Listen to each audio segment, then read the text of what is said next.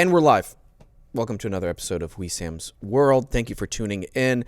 Really excited to bring our comedy guest in today, Martin Morrow. We will introduce him here in just a little bit.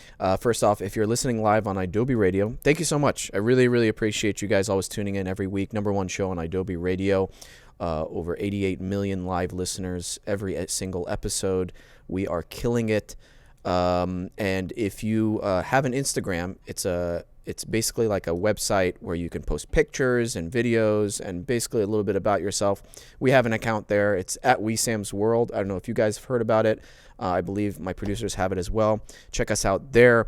And then if you're watching this on YouTube, make sure you hit the subscribe button. Leave a comment below. Hit the bell icon. It just helps us with the algorithms. And we seem to be doing great. And a very special, super intense episode 300 is coming up. Very special guys night episode. We just had our first pre-production meeting for that, and we're really, really excited to show you guys. We're going to go above and beyond. If you've been a fan of the show since the beginning, you know that the guys night episodes have basically increased in production value and shenanigans, and this one we are setting a new level of shenanigans, so I'm really, really excited. That being said, let's introduce our guest today, Martin Morrow. He's a stand-up comedian. He's also on the podcast Before the Bell, which is a wrestling-based podcast. Thanks for coming on, man. Thanks for having me, and I'm excited to hear all about your shenanigans coming up. Oh, it's gonna be awesome. Nice. It's my favorite time. More than like any holiday. It really is. Wow. Because I get to see my friends in misery and pain. And that just brings me joy. Okay. Yeah. So yeah, I'm really, really excited for that. This is your Easter. Yeah. Yeah, because I guess Easter's kind of about pain when you really think about it. Oh, yes, I guess so. Yeah. Is it? I mean, wait. It probably wasn't a good time for him. Wait, is it? No, it's not the crucifixion. Is that no, Easter? It's like after. It's like when he came back. But it's like if I'm stuck in a cave for a few days and I just got beat up and. Yeah. I'm assuming the resurrection process isn't like a nice one. Oh, that's interesting. I would think it was. I would think the opposite, actually, to be completely frank with you. Like healing up is like. Yeah, okay, this feels better. Gosh, I'm glad that's over with. I would think maybe at the end. I don't know about during the. I don't like when you like break something or when you're I stubbed my toe. Yeah. Like, at the end it feels better, but during the stub portion it's like, man, I wish I hadn't stubbed my toe. Okay. I'm comparing that to a crucifixion in some manner. But yeah, I got that. Yeah, okay, yeah. I was just making sure, in case anyone was curious what the analogy was in this scenario. Martin, and that's the show. No, kidding. Your wrestling podcast, I'm always fascinated with people who are into wrestling because I got into it in elementary school. So just out of curiosity, how old are you? I'm 35. 35. Okay, we're around the same age. I'm 36. Oh, so nice. I got into wrestling during the late 90s Stone Cold Steve Austin Attitude era. Yeah, when it was still WWF. Yeah. Is that when you got into it? Yeah, I was. So I'm from Alabama. My grandparents were really into wrestling, like believed it full-hearted, hated Ric Flair, no matter what side of the coin he was on, kind of deal. And then I would watch it with them. And then one day, I saw this guy Razor Ramon on television. I was like, this is the coolest dude ever. And that's kind of what got me into it. So I was about 6 or 7, and I've been a fan ever since. Yeah. Yeah. I remember on the school bus the next morning always talking about it with my friends, like, did you watch WWF, and like all the drama that went on. And then I would did you ever buy the actual action figures or anything? Do you know what's sad? I still buy and collect the action figures. Oh, that's awesome. Yeah. Cool. Yeah. Do you play with them as well, like or are they just set up? I try to display them from time to time, Okay. but I don't really like it. It has to be a real sad period for me to like every now and then. I didn't want to judge. No, it's okay. I volunteered this information. So this is on me. It's not on your judgment. If you see a guy peeing on the sidewalk, you can judge him. It's like, hey, you can't be here, but I don't. Again, weird analogy, but No, it's not. I literally saw somebody peeing on the sidewalk yesterday after I was done teaching class. So. And you judged him, right? I didn't have enough energy to judge anymore. Yeah. Yeah. So well, not out loud, but like maybe in. Honestly, he was crazy. He was yelling at my face while he was peeing on the sidewalk. So I was just like, good luck to you, man. That's kind of. I respect it because I don't think I could like talk to someone or like look someone in the eyes while peeing. That's yeah. Yeah. Yeah. That takes courage. Yeah. If anything, I wouldn't say he's crazy. I think he's courageous. Yes. Fearless. He's a brave dude. Very brave, especially literally right on the corner of Santa Monica and Western. People are walking by, and yeah, he's peeing. Yeah. He's yelling at me. How did you take a gander? Just see how it's. Yeah. Yeah. Yeah. I'm not gonna lie to you. Of course I did. Yeah. Yeah. If he's gonna pee on the sidewalk, I'm allowed to look. Was it he had a hog on him or no? No. Wow. No. It was a mess down there. Wow. A mess. Mm-hmm. I have. We're talking about wrestling. When you say a mess, what does that mean? Okay. We're going down this road. Okay. So you okay. Sometimes we're at the urinals, and just for people who've never been to a urinal or who are just go to the ladies' restroom. Sometimes they have urinals which are like the big troughs. You know what I'm talking about? And that's crazy to me. Oh, I hate those. I think they have that at the Forum. Oh, okay. Yeah. I'm not an animal. Like, give me a little barrier. Yeah. Yeah. Right. I need that wall. We're not in war right now. Don't give me a trough. No, right? It's insane. Yeah. It's what pigs eat out of. Exactly. Yeah. Sometimes guys don't know how to just be considerate of their personal space, and they'll start unzipping before they even get to it and start unloading their piece before they get there. And of course you look and you're like, all right, whatever. It is what it is. And then when you see it, you're like, cool. Those are male genitalia or whatever, right? Yeah. That's a penis. Yeah. These guys meet it up. Right. Yeah. When I saw this guy's stuff, it looked like basically what AI thinks.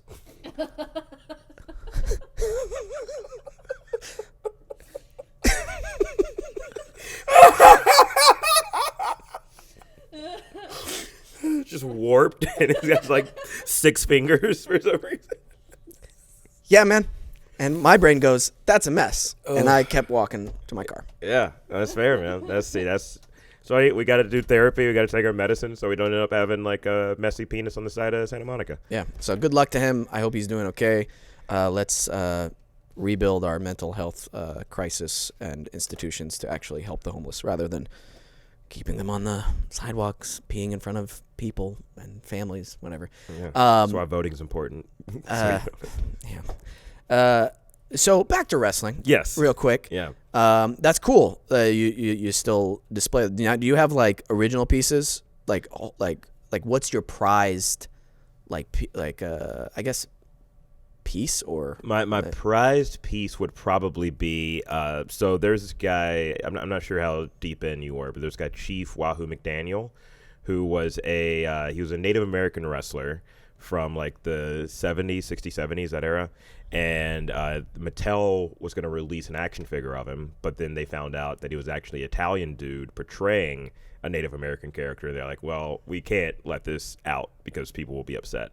So they had some that got like maybe 10 to 12 that did get out. And I was able to find one on eBay, and I drove to Bakersfield and picked it up from this guy. So whoa! So to have like one of maybe 12 figures is kind of cool. Yeah. That wrestling time, elementary school, like especially like 5th grade into 6th and 7th grade, was a very special time for me because I was really into the wrestling stuff with my friends. Mm-hmm. And there's this feeling that you get, this excitement, when you're watching them, especially at that time. Do you still feel that now? Yeah, for the most part. And it's interesting now being on the other side of it, and like, because I've wrestled before, and I have like friends who wrestle for WWE and friends who wrestle for AEW and Ring of Honor and all these different places. So it's cool to interact with them and say, hey man, great match, or oh, you surprised me with this one. I wasn't expecting that. And then even with the podcast, we've had some talent from WWE who have commented on various videos or have followed us.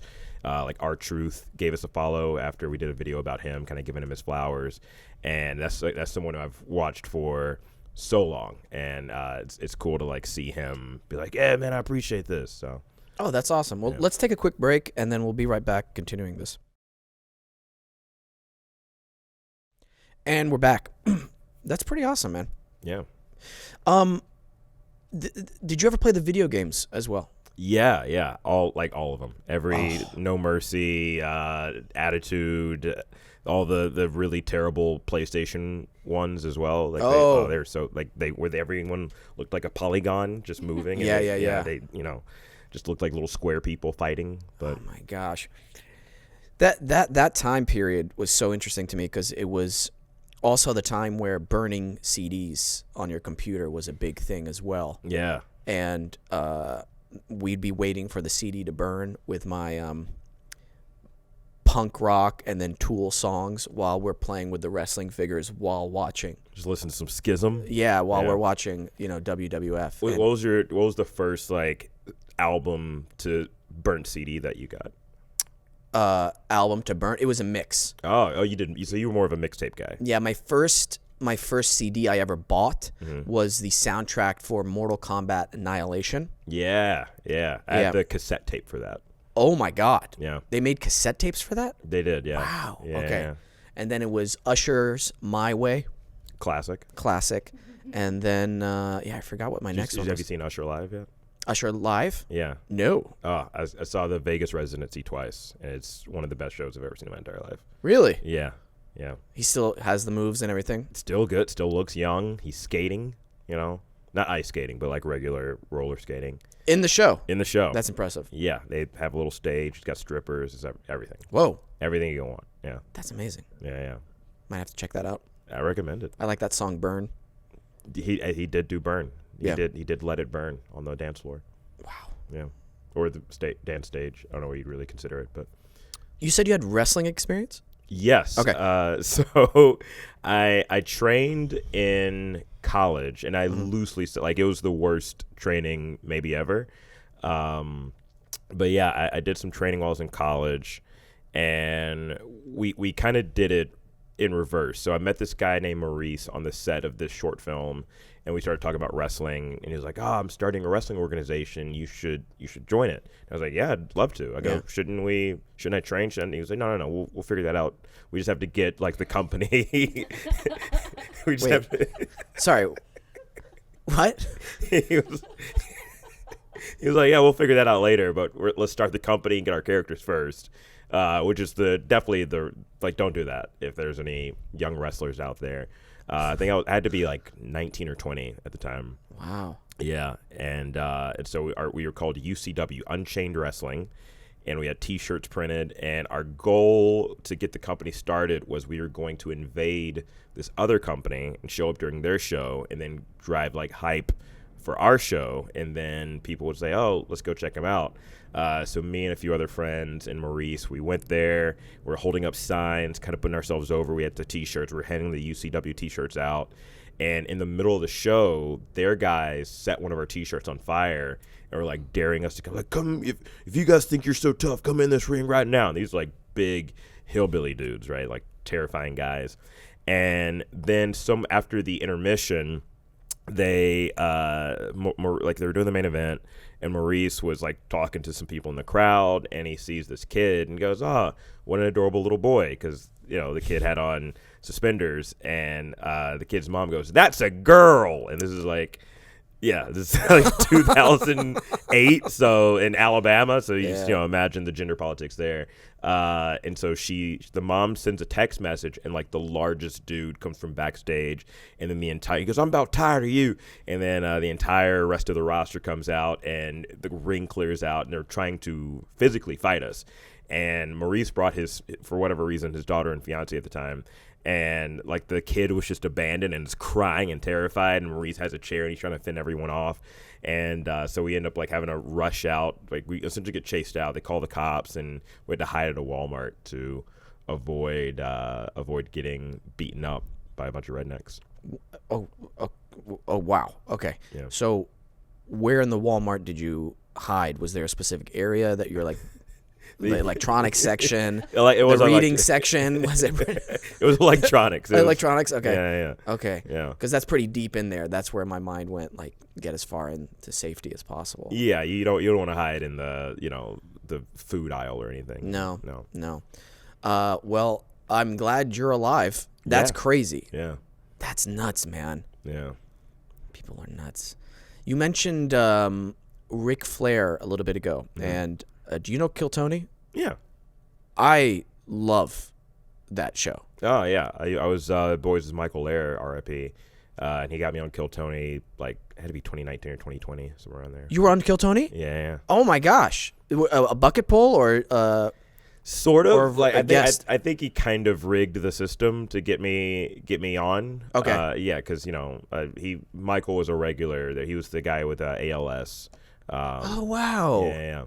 And so my gosh. Yeah, I knew him from my Chicago days, and yeah, he was a really cool dude. So, but yeah, it was fun. It was interesting because 1 minute, I don't think people realize how difficult it is to do to try to compose a joke into a 1 minute thing. Mm-hmm. And I think I was more concerned about I don't want to go over and I want to look professional, and I know what this could mean, and they're like, oh, you seem like you've been doing this for a while. I was like, yeah. They're like, oh, you want to do another joke? I was like, oh, sure, but I wasn't prepared for that. Yeah. So I was like kind of fishing for a joke, and I think Brian Redband, yeah, he had said something after, like, oh, we'll hit me up, we'll get you on something, and then I didn't hear anything. But, okay. Yeah. Well, that's cool. Do you remember what episode? Or I can just Google it, I guess. I think you could probably just look it up. All right. Yeah. I'm definitely gonna check it out then. Yeah, please do. I'm obsessed with that show. Really? And I'll tell you why. Mm-hmm. I feel like it's the most fair in extremes for up and coming stand-up comedians. Because of the opportunity it gives, and also for the people who don't respect the craft. I love watching those people. Yeah. It parallels a lot to acting and what I've had to deal with in terms of people who don't respect it, don't understand that it's a craft, and then also the people who really love it and getting to work with them. There's some great parallels. Yeah. I don't think you could ever do an acting version of Kill Tony. I just think the crafts are... Or maybe you could, like they do a monologue, minute monologues, minute monos. Maybe, but I even that I thought about, and I was just like, it's just different. There's something about the live audience. There's something about the just stand up in general, which is so unique. Yeah. And so one of the most cringy episodes, and I love cringe. I just feel like I like tasting it in my mouth. Like feeling it feels real. Yeah. It was the Ric Flair episode. Did you watch that? No, what was that one? Oh my God, Martin. Buckle up for being uncomfortable. Ooh, okay. He had drank a lot. Yeah, he tends to do that. Yeah, it seems that's like a Ric Flair attribute. Yeah. I don't think he watched a single episode because he didn't understand the format of the show. And they get brutal on there. Yeah. Whether you're good or bad, they roast you. Yeah. For the most part. Michael, how loud was his suit? Not very loud. Wow. Very very neutral, I would say. Okay. It was more his personality that it wasn't even he wasn't like really energetic. He was actually upset with the show and Tony, and he quote unquote I didn't sign up for this, and I don't make fun of people who donate their time. And then Tony's like, I should have sent you an episode before.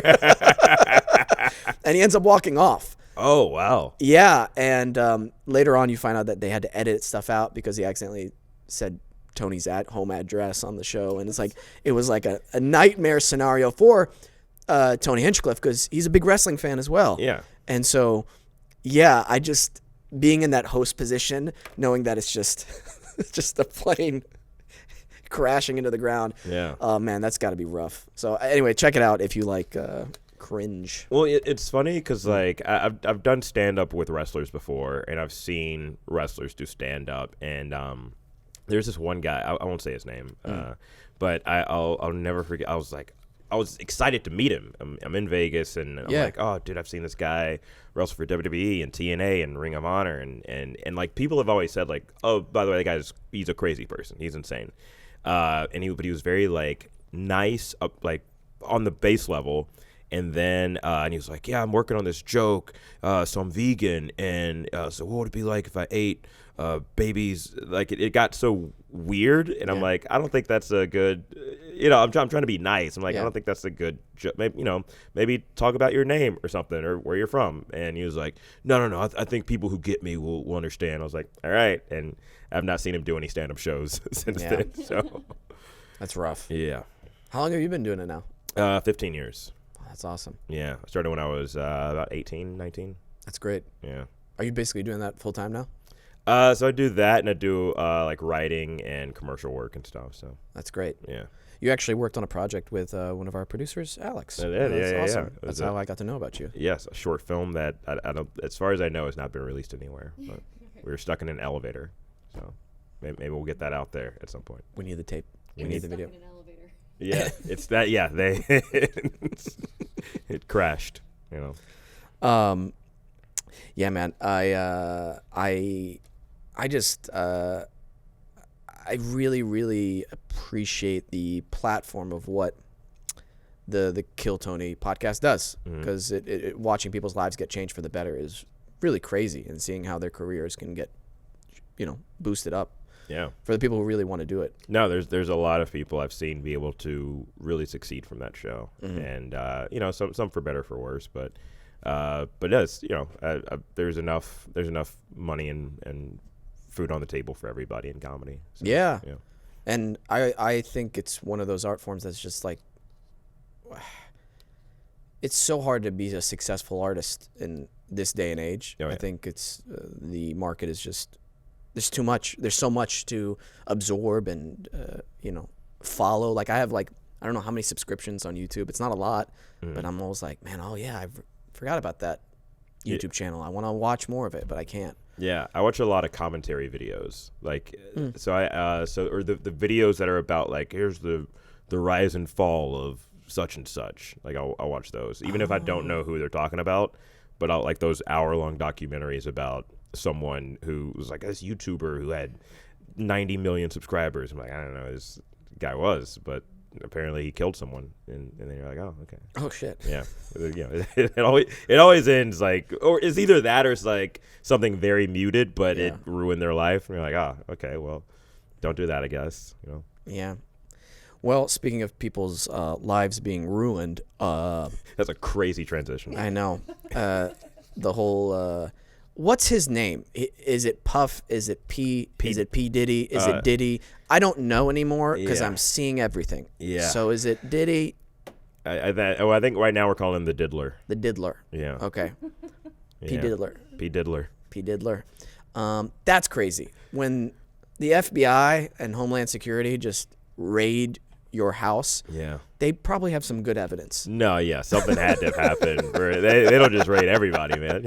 Like you got to do some real tragic stuff for them to be like, yo, we gotta bust this up, Diddy. Sorry, man. Yeah, that cost a lot of money to get that many people there, and But he's told us who he literally had a record label called Bad Boy. Like, what do you expect? This is the dude who's saying, take that, take that? Yeah, of course he's going to have weird parties. Yeah. That was his catchphrase. Man, he for sure did some crazy stuff. There's no way. Oh, yeah. I mean, there's anyone who's like, oh, man, this guy always has a wild party. Like, that's, and not in a, like, man, that was no one ever said, oh, man, that P. Diddy party was very fun. They were like, it was wild. And that's, that's very telling. They probably had to sign NDAs, so that's why they say that. Yeah, but I think he was like walking around recording stuff, so I think that kind of hurt his case, or someone. I'll say allegedly, but someone allegedly was recording parts of his party. And that, yeah. That'll get you in trouble. Yeah. I mean, he must have been. Do you think it's boredom? People get to a state where they're just bored and they're going to that, or they start off with this kind of darkness inside them. I think it has to be just an absolute power corruption kind of deal. I think that anytime someone gets to a certain point and they're not like, oh, you know what, this is a lot of money, I should probably give half of this away or something, they're going to be corrupted in some manner, or they see something that they're like, well, this person did it and it seems okay for them, so I guess it's okay because I'm rich. Like I think that a certain amount of power or wealth leads to a certain amount of corruption. And it's just a matter of like, well, you know, do we find out about it or do we not? Or is it bad enough to where we have to talk about it? That kind of deal. Yeah. Okay. Excuse me? Nothing. Did you point at me? No, I didn't point at you. I might have pointed at you. Peyton's been getting really successful in his career, and I've noticed some darkness. I didn't want to say it on air, but I said it for my protection. So for when they do a YouTube commentary video about the rise and fall of Peyton. You're pushing me to my limits. I'm gonna kill you. This is the Oh clip. my gosh. I'm gonna kill you. Here's the thing.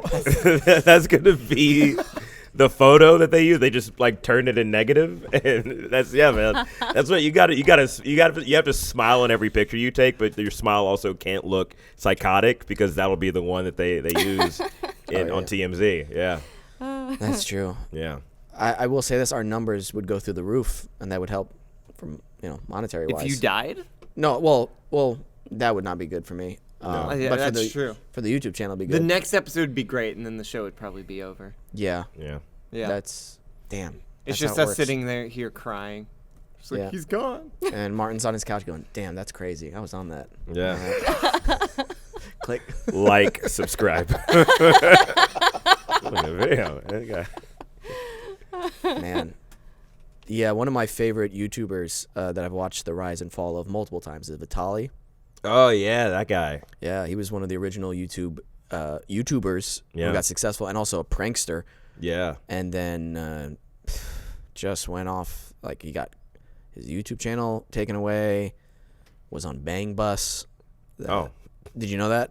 No, I didn't know he was on the Bang Bus. Yeah, he was on Bang Bus, man. I don't really go to Bang Bus to look for the male talent. Oh, you don't? No. Oh, okay. Is Fousey Tube on here yet? Dude, FouseyTube. Yeah. That guy, he needs to just not do social media anymore. I don't think the human brain, and I mean this truly, has evolved to handle what social media is. Yeah. And that's one of the brains that could not handle it. I think he's way off the deep end. No, I mean, yeah, social media is already insane enough. It's especially now, because I think that we are in such a misinformation generation. We then have to add in the elements of AI, and it's like, well, because it used to be like, oh, do you have photo proof? And now it's like, well, I made this, or I didn't make this. You can never tell. So yeah, people lose their. You're already lost in the shuffle. Online is already a fake world, because again, you can say anything, you can do anything, especially behind, like, it's easier to just like type whatever and then walk away from it versus like saying something directly to someone.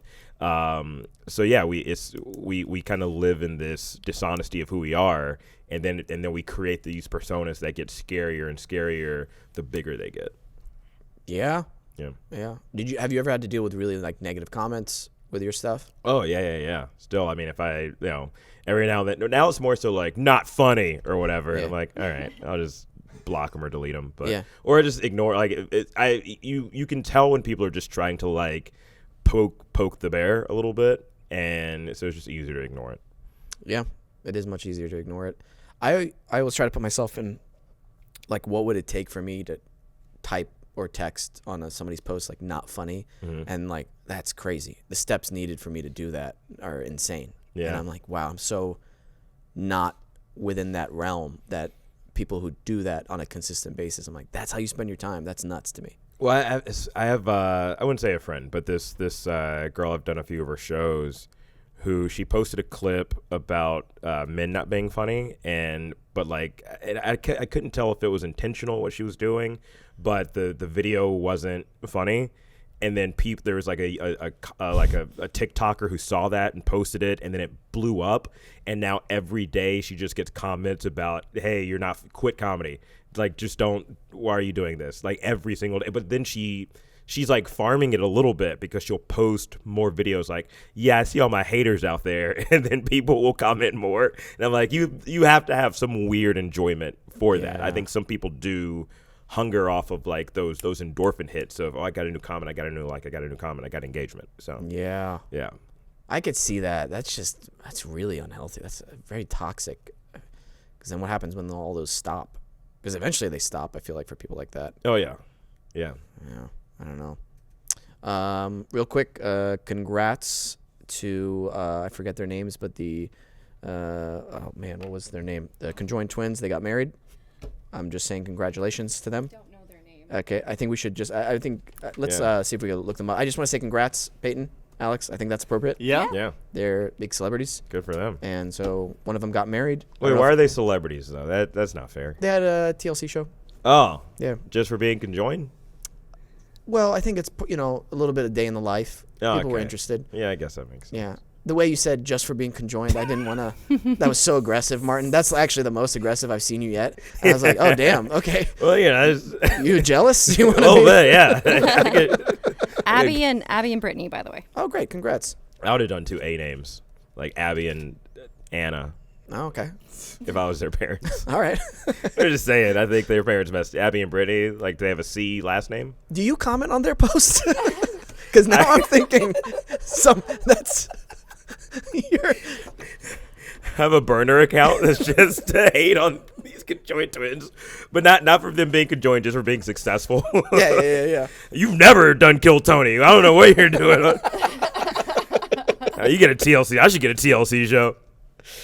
Their original last name was Hensel. I don't know what their new last name is, or if they both take the last name. That or can't not. be. Yeah, I'd be mad. Could the other one get married? Yeah. All right, good. Yeah. She should do that. Technically, there's another conjoined twins somewhere I read about that both separately got married to 2 different guys. They live next door, and they split 3 days at one house and 3 days at the other. Mm. That's cool. That's cool, man. You know. Very proud of them. You know? Yeah. That's It's hard to find love out here. Yeah. Yeah. So I'm glad they found it. Yeah, they definitely don't live in LA. I'll tell you that much. That's true. I don't know what that means, actually. You know, because people are always like, dating in LA is hard. Oh, yeah, that's- So, yeah. There you go. Yeah. Are we on the commercial break? Please.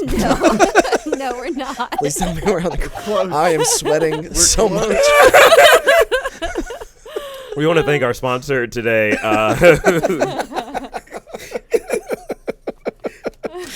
Damn. All right. Discovery Plus. I don't know. I'm so glad I've made you laugh. One of my things that makes me nervous is having comedians on here, and then I'm not making them laugh or having a good time. So I'm No, glad. I'm having a great time. Good. Yeah, Good. Thank you. That makes me happy. Yeah. Any like, I love watching heckling compilations on YouTube. Any experience with that recently or in your career? Yeah. Okay. So here's the thing. When I was first starting off, I used to be, I wouldn't say confrontational, but like I would do like kind of crowd worky stuff, and it was like twice where I had a gun pulled on me. Yeah. So. Yo. The first time, it was like 2009. It was back in Birmingham, and I was doing this show at this place called Rojo, and there was two pairs of couples who sat in the front, and they just were talking through everybody sat, and they were talking like at the people and just being real rude. And when I went up there, I just started just digging into him, and I was like, look at this guy. I bet he got his hair braided in prison, like just stuff like that. And I was making fun of their shoes, and I was just like really digging in, and I ended up winning the competition. But then as the guy was leaving, he goes, I'll see you outside. And I was like, well, I'm not going to go outside then for however long I can't go outside. So the following week, I was doing a different show, and this girl was like, weren't you did that show last week? And I was like, yeah. She goes, yeah, that was my friend's boyfriend. He got arrested because of that. I go, what do you mean? She goes, so he went to, when after the show, he was so upset by what you said to him, he went to the trunk of his car and got a gun and was like waving it around and like waiting on you to come out to shoot you, to like, because he was that mad. And and it was like a kind of an affluent neighborhood of Birmingham, so people saw this guy with a gun and they called the cops, and he had warrants out for his arrest already, so he ended up getting locked away for that. Good job, man. Yeah. Yeah, you caught the guy. Keeping the streets clean. But yeah, if I had gone outside, we would not be having this conversation. Yeah, you're a real hero. Yeah. With your comedy. Yeah. That's terrifying. Real talk. That's like, that's so scary. People are that crazy. Yeah. And that was the first of this. The next time was also in Birmingham. You guys stop going to Birmingham. Yeah, it's home. What can I say? I was doing a show at this place called The Nick, and I'm on stage. And I'm like, again, trying to like crowd work, whatever. There was a guy who came in who was just like clearly waiting on the show to end, and he had a cowboy hat. He looked just like Sam Elliott, and I was like, oh, you look like Sam Elliott, and then I start kind of like making fun of him again, and he pulls up his shirt to show he had a gun. And he called me the N-word. For the listeners, I'm black, and it might not sound like it, but I am. But he called me N-word, and I was like, well, you have a gun, so I guess I'll just have to be that for the day. and I was like, no one's gonna do anything about this. Like, this guy just flashed a gun at me, and they're like, wait, he'll shoot all of us. So I just put the mic up and I left. Wow. Yeah. Did he get in trouble? Do you know afterwards, or you just left the stage? No, I just left. I was like, I'm not about to get shot over comedy. This is a free show. So. Did the audience clap as you left, or was it awkward? Oh, it was very awkward. Okay, yeah, okay. They just saw racism and a gun. Like, that's not you can only do one of those things in Alabama. So, at a time. People are nuts. Yeah. That's crazy to do. Oh, man. Well, I'm glad you're here. Thank you. Yeah. Me too. Yeah. Man, that's crazy. Yeah. I'm sorry. No. I'm just thinking, like, you walking back, walking off the stage going, well, that's fucking crazy. Yeah. And I was like, oh, okay. No one said. I thought someone would be like, hey, man, you can't shoot him or something. No one did anything. They were like, I was like, all right, that's fair. I'm going to leave then. I'm going to go home. I've seen the classic clip of that guy who rushes the stage of the guy playing the guitar. It's like an older clip. He's like a stand-up comedian / he plays music with his stuff, and he's like, if you come up to the stage, I'm going to bash this guitar over you. And there was some back and forth. The guy rushed the stage, and so the guy bashed the guitar over him. Yeah. And then one of the ladies was like upset in the audience that he did that, and he's like, he rushed me. Like, what was I supposed to do? And then they're like, he's like, all right, well, have a nice night, guys. And then that's it. That's the way he ended the show. Yeah. I mean, that's all I've seen people keep going, and I'm sure I've had people who've like yelled out and I've gotten them kicked out or whatever. Mm-hmm. I did this taping for OnlyFans for some stand up. Oh, okay. Yeah. I probably should have explained. Yeah, the phrasing, I was like, oh, we're switching topics. Okay, cool. Let's plug it. Yeah. No, I mean, I got a special out on OnlyFans. But it was like a group of us who were taping it, and I was hosting one side of it. But during the first group of tapings, they had these two OnlyFans models sat in the front, and so during one of the comics, it was like his closer. He's like getting ready to wrap up, and they just start making out during his closer, and he's like, he goes, why are they doing, because they were very much trying to get attention on themselves the whole night. And he was like, what am I supposed to do with this? Like, why would you even put them up front? He goes, now I can't finish the joke. And they're like, no, finish it. And so they had to move them to the back and all this stuff. But now that I think now, especially when we're in more of like a crowd worky TikTok sort of world of comedy, Yeah. you have a lot of people who come in with the hopes of, oh, I want to be seen, or I want to interact with the comedian, even though, this is stuff that we've crafted or worked on for however many months or years or whatever. So I think that's been kind of the backlash of the current crop and generation of comedy, is people who were going there with the intent of being part of the show and not just enjoying the show. Yeah. I've noticed that a lot. It takes a lot of stupidity to think that Yeah. you're the center of attention at those kind of things. Yeah. What's bringing you happiness nowadays? Oh, wow. My dog. I love my dog. And my girlfriend, she's really cool, so I started a relationship last year, and that's been great. So sorry, we're gonna take a quick break. Yeah, but I want to get more into this. Yeah, we'll break up my happiness. Yeah, a break in your happiness. Damn it, Martin. We'll be back. And we're back. Sorry, continue. Continue about your bullshit, Yeah, happiness, and your dog, your girlfriend, whatever. I don't remember anymore. I don't think I know any. I don't know joy. Can I be a little bit more specific? Like Yeah. when you say, because we just met, Yeah. and I feel we've developed a little bit of a rapport with each other so far.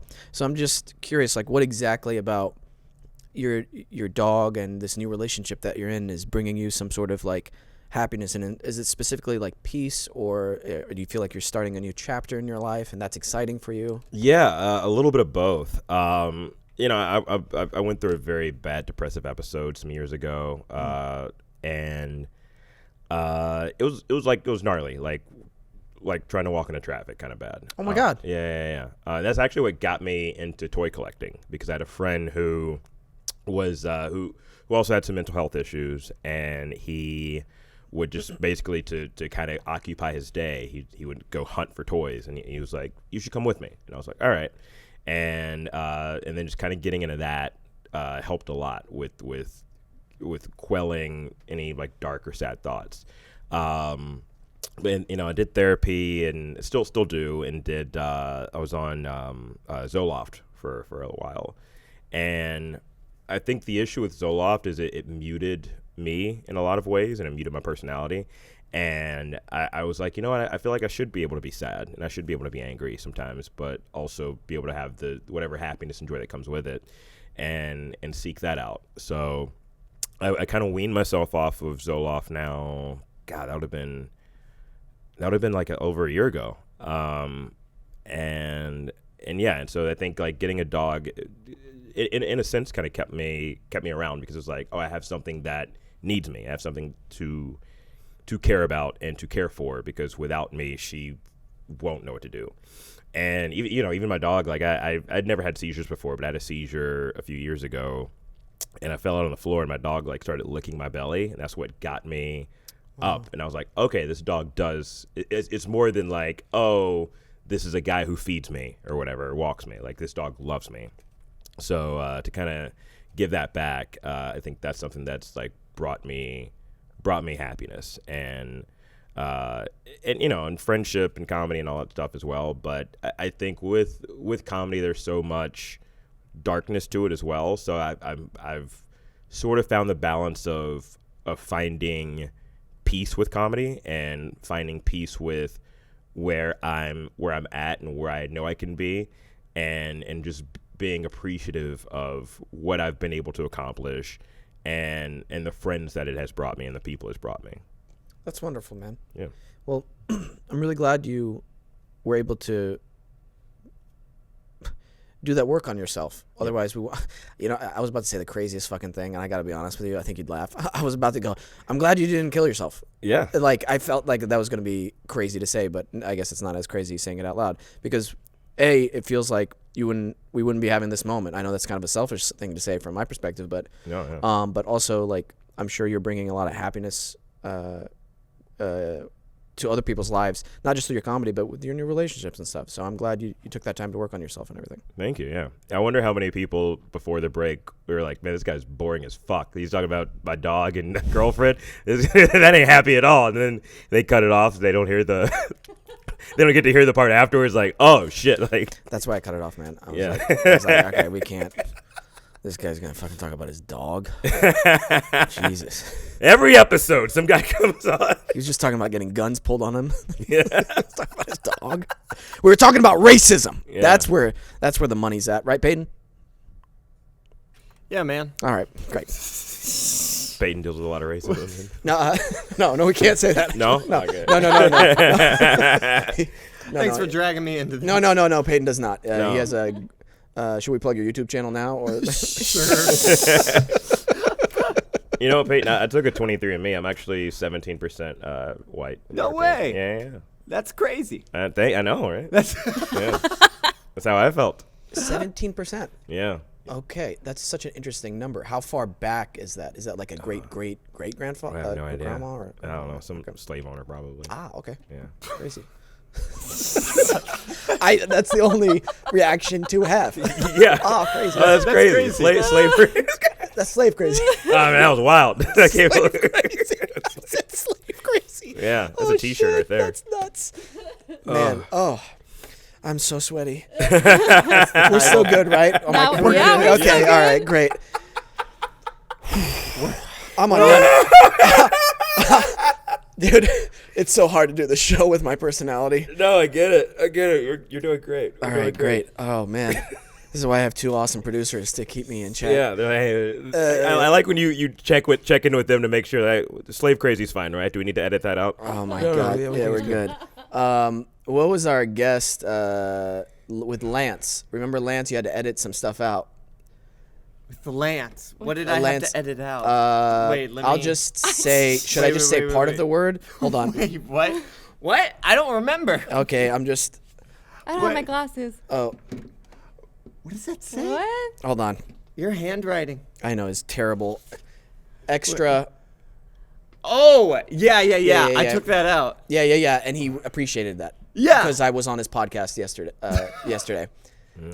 We saved some guy's career. Oh, wow. Yeah, That's good. it was good. These guys are saving people's lives in different ways. Yeah, I have to have that. I got to talk to my producer about that. I think he just lets us kind of go crazy on Really? it. Yeah. You guys can get away with it. You're stand-up comedians. I feel like that's okay. Oh, okay.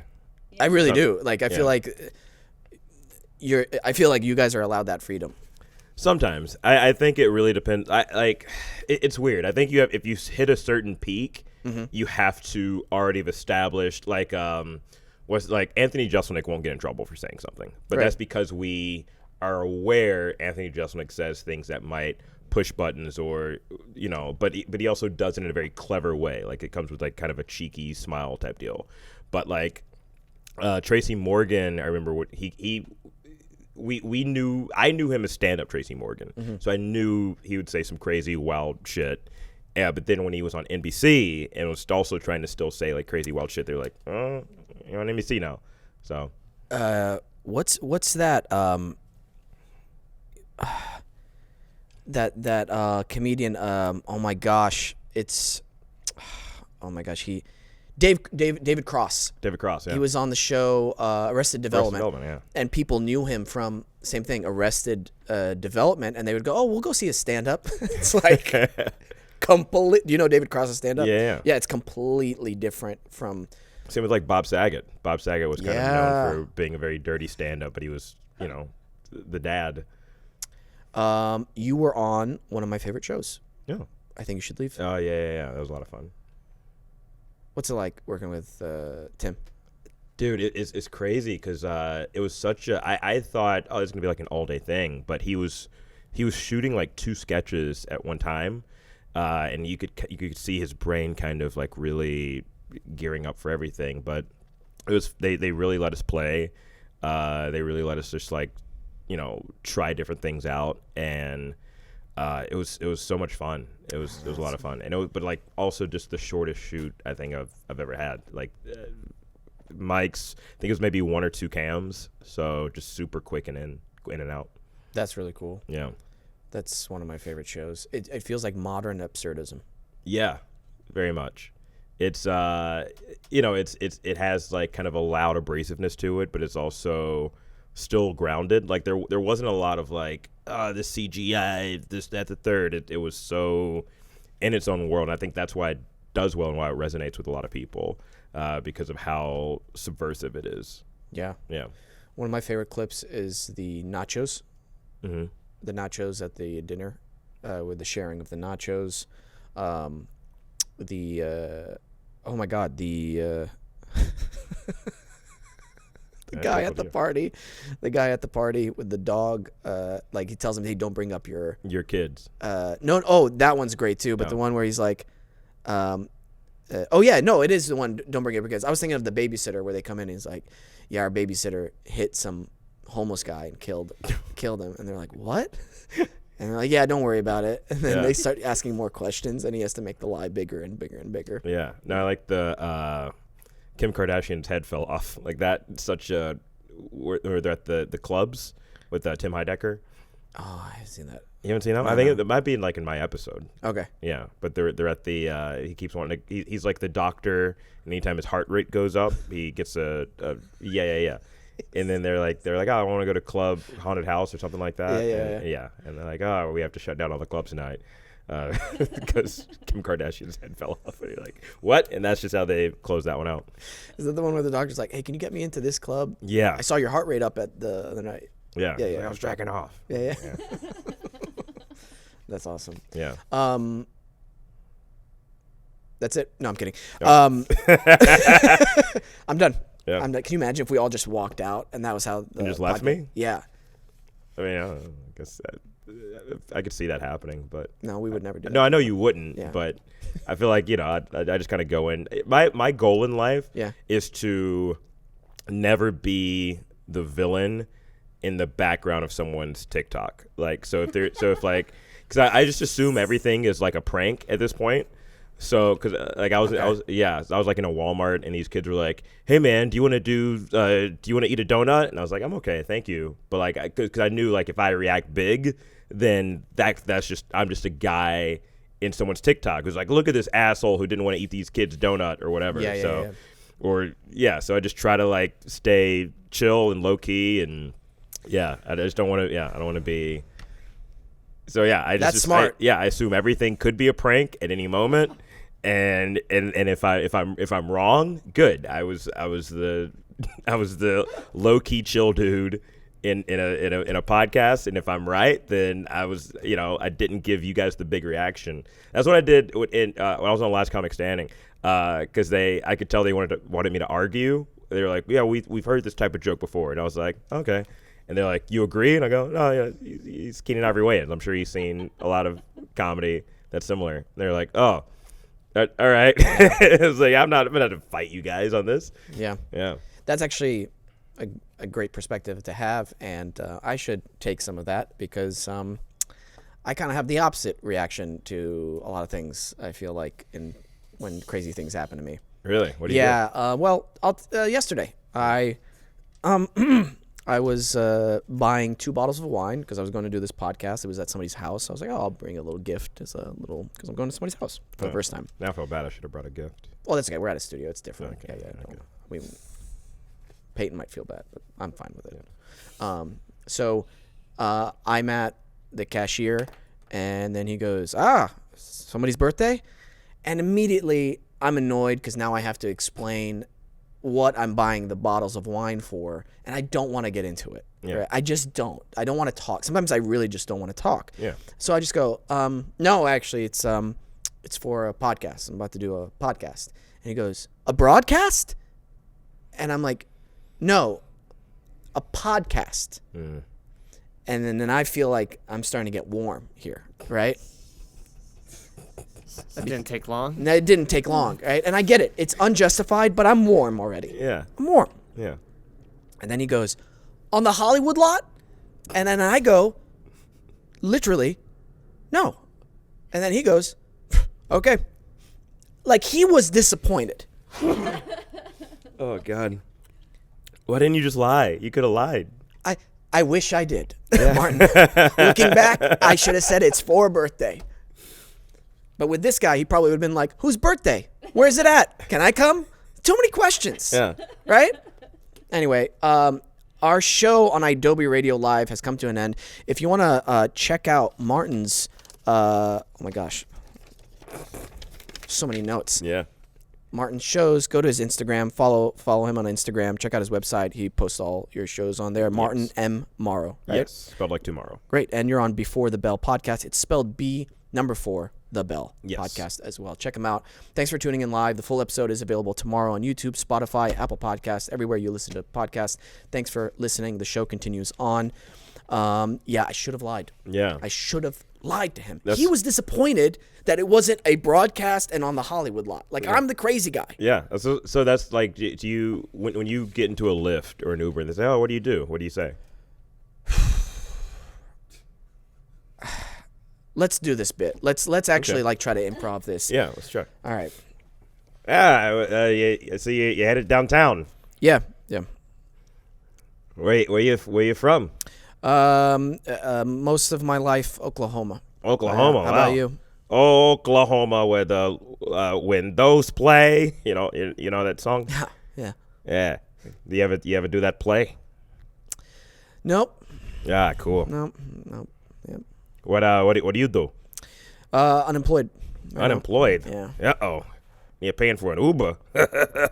Good luck. You ever try driving for Lyft? I can't. This is killing me. This is killing me, Mark. You tell people you're unemployed? No, I just felt like I needed. I don't know what my go-to thing is. Honestly, Say accountant. Accountant. I always say accountant. They'll never, because they're never gonna ask a follow-up question. Okay. If you I like that. for me, if I say, because I've learned if I say comedian, then you're like, oh, you're a comedian. Tell me a joke, or oh, what's that like? Or there was one time this guy was like, oh, I love comedy, and he starts putting on comedy on his Spotify for me to listen to, and then I could tell he was like. Kind of a similar thing with your Target employee. I assume they worked at Target. But he kept like looking back for validation that I think whatever he likes is also funny. Yeah. And I'm not like an outward I don't laugh out loud a lot. Yeah. And so he was like, oh, well, I liked it. And I could see him get like, I was like, no, it's funny. He goes, yeah, but you didn't laugh. I go, yeah, I mean, I've heard it. I think it's funny. I just didn't, I'm in my head or whatever. So yeah, I just start saying accountant. That's smart. I'm gonna start doing that because for my last few jobs, I've had to. They take place in like different cities, like Chicago and New York. When you're an actor, you get picked up. They do black car service, and then you don't have to take an Uber. It's all like taken care of for you. Yeah. And so a lot of times I choose the first flight in the morning just so I can get there as soon as possible, etc.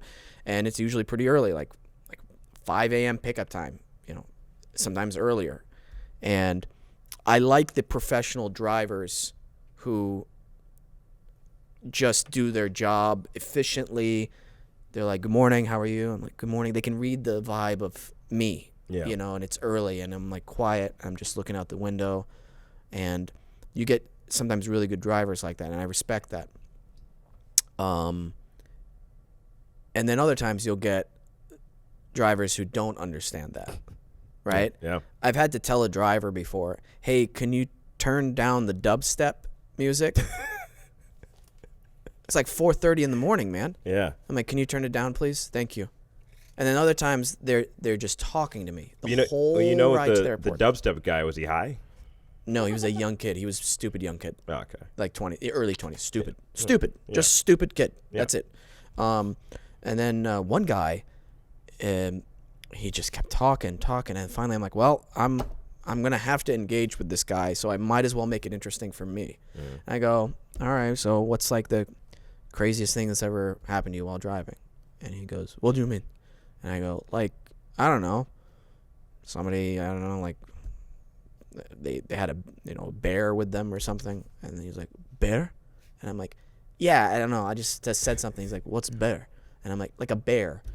And he's like, what's a bear? I'm like, a bear, like an animal, like a bear. Growl. Yeah. And I'm trying to, and I realized it's 4:30 in the morning and I'm trying to explain to this guy what a bear is.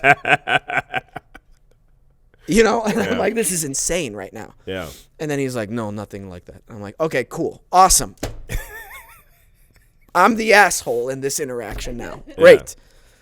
Anyway, but I need to have your attitude more about just being friendly and like, Well, you don't even have to be friendly. You just have to be like, I don't, I don't want.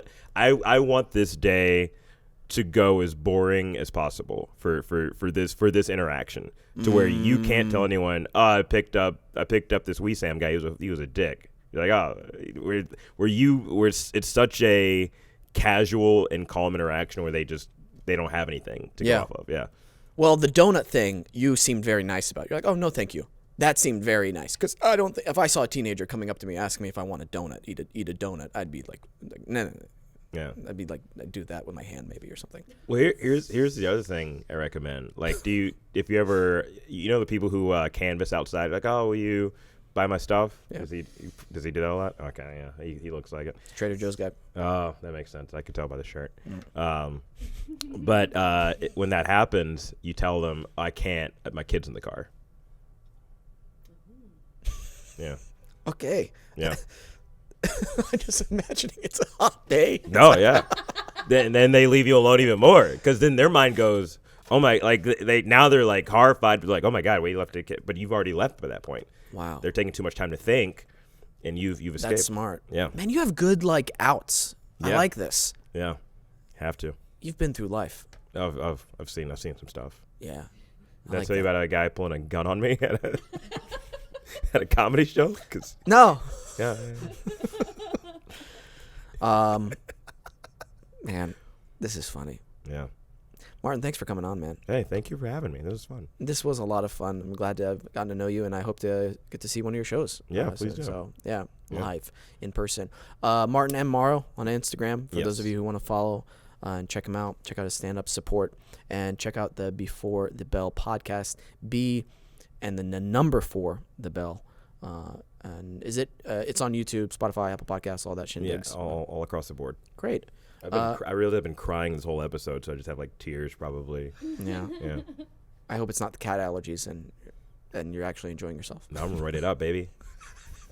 I'm on the juice right now, so ain't no cats getting inside of this body. That's crazy to end the show with that quote. That is nuts, dude. And we're going to do it. Play us out, Peyton. Thanks for coming on the show. This is... Always remember to listen, think, and then talk. Bye.